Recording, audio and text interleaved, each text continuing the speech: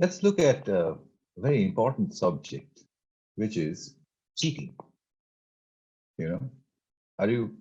I don't know how many of you are familiar with cheating. I'm sure you've never done it. I have actually occasionally attempted it and occasionally got caught for attempting it. So, cheating is quite common. And here's this picture of this fellow somewhere.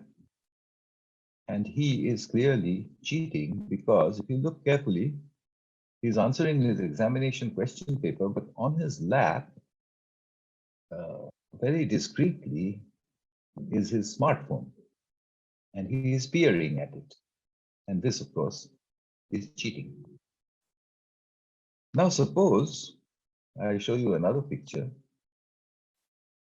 Here's this guy, he's driving, and he's put in his directions onto Google or something, and the car is telling him, which way to go. And we all know that this is not cheating.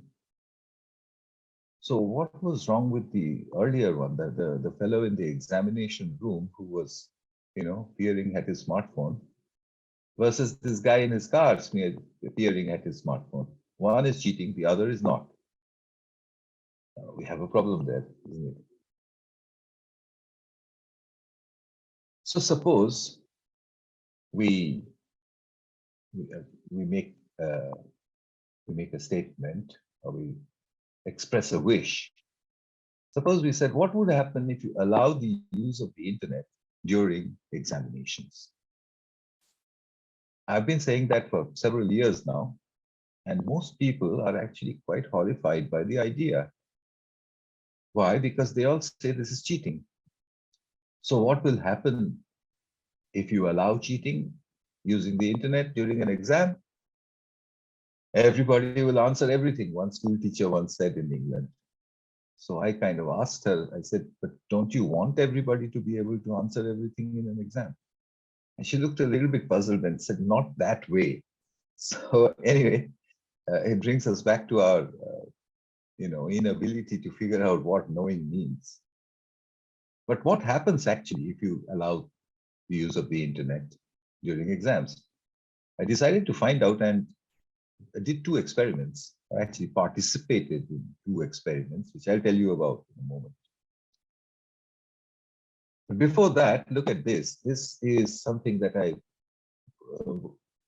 did about a long time ago in Gateshead. It was a city called Gateshead across the Tyne from Newcastle in England.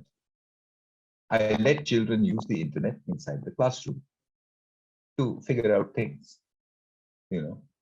This was back in 2007, so it was considered very, very advanced that you should allow children to use the internet to figure out things. Now look at that picture, and do you think that is cheating? Or do you think it's just looking up stuff? I don't know. You have to think about that. Then I did another experiment, a whole set of experiments in England of giving children questions which you would normally think they simply cannot answer, and I'm talking about 8-year-olds, 9-year-olds. So here is this question, for example.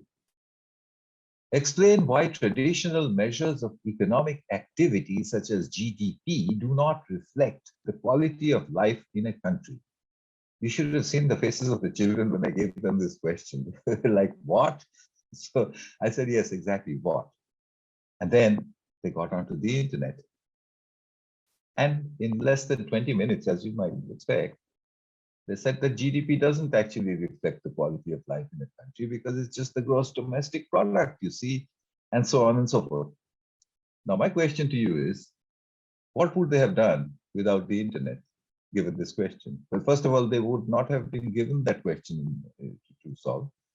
And secondly, if you did, and if you didn't give them the internet, obviously they're not going to say anything at all. However, if you do give them the internet, they answer it. Now that wasn't known. People said, no, even if you give them the internet, they will still not be able to answer it because they won't be able to understand what they're looking at.